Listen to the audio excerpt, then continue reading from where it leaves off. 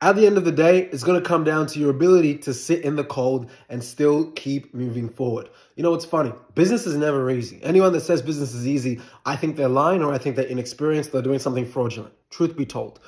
But essentially, it's your ability to deal with a large amount of uncertainty, pain, distraught, betrayal, day in, day out, expectations here, being missed, having a high, having a lower low than low, and still being able to walk forward. And where I think a lot of people mess up is they look at the Instagram reels, they look at the TikTok reels, they look at the story highlights, they look at the success stories of the 20-year-old, billionaire or multimillionaire or whatever, or the 17-year-old doing 10K a month and all that stuff. And that stuff is real, guys. Don't get that twisted. I was 19 years old when I came across an acquaintance of mine that was, featured on television and was already worth 5 million plus at 18 years old. He was a year younger than me.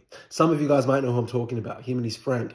And, by the time I had an interview with them, and by the time, they were 21, they were doing a lot more revenue than that. I'll put it that way.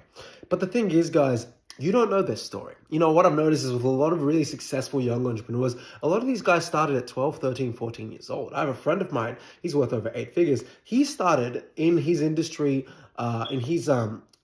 industry in which he's very skilled at. He started in that industry at 14 years old. He's just turned 26, right? So that's 12 years in the game. And he might have made his first M by the time he was 21, 20. So it took him 6, 7 years to make his first $1 million. And now he's, grown that by quite a lot. But the thing is, he wasn't always like that. It took 6, 7 years to get there.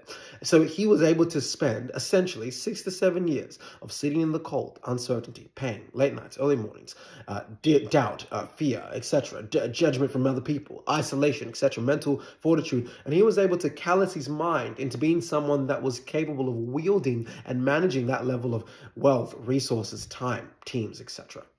For me, when it comes into my marketing agency, I'm 5 years in, and I've said this to myself. I want to give myself at least 10 years in this industry before I ever consider rapidly jumping the boat or switching to something ridiculous. And that doesn't mean I won't explore other industries on the way, but what it does mean is that at the end of the day, the most important industry for me is the marketing and sales, particularly the marketing business model.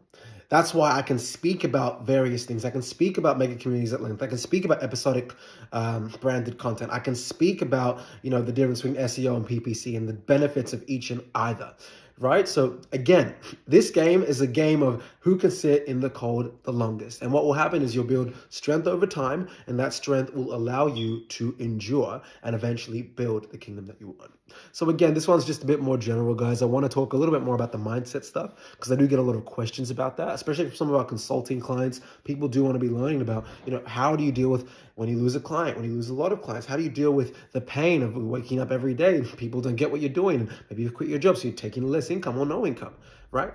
So sometimes it's good to just hear it again and get that reminder. As Drake said, subtle reminders are key. Okay? If you guys like this, share, subscribe, and comment. And as always, think mega.